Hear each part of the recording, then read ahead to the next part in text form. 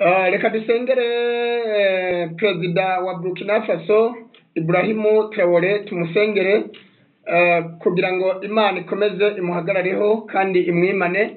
Mana mu izina rya Yesu turagushimye turaguhimbaje, uri Imana igira neza, uri Imana ishobora byose, uri Imana icinzira aho zidacika, uri Imana itembesha amazi mu butayu, uri Imana itembesha imigezi mu kidaturwa kugira ngo yuhire ubwoko bwayo.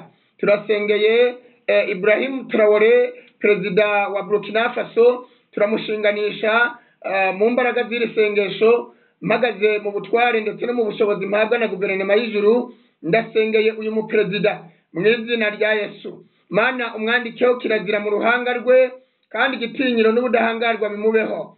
Mana uburinzi bwawe bukomeye bubane nawe, ibishaka kumwica ibishaka kumuhitana mu izina rya Yesu ndabitesha agaciro, ndabinetralije, ndasenya ndubika, ndarimbura, ndatwika, ndakongora. Nanije imbaraga za Satani, nanije imbaraga z'abadayimoni, nanije imbaraga z'ikirere cy'umwuka mubi mu izina rya Kristo Yesu. Reka Traoré aba amahoro mu izina rya Yesu. Ijambo ryarambwiye ngo igihugu nikiba amahoro namwe muzaba amahoro. Reka igihugu cye kigira amahoro ndetse n'umutekano, kandi arindwe n'ingabo zikomeye z'igihugu cy'ijuru. Tumanuye ubutabazi bwihuse guturuka mu gihugu cyo mu ijuru, icyo twita intervention rapide mu Gifaransa, ngo ijuru ryenterevene kandi ritabare. Traoré aba amahoro kandi arindwe mu buryo bukomeye, arindwe mu buryo budasanzwe.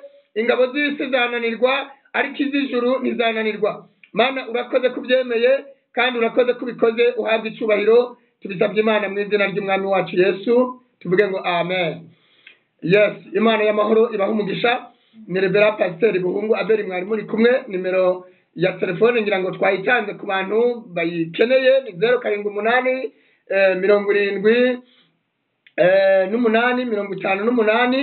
64 705 078 58 64 705. Imana y'amahoro nibaha umugisha naho utaha. Murakoze.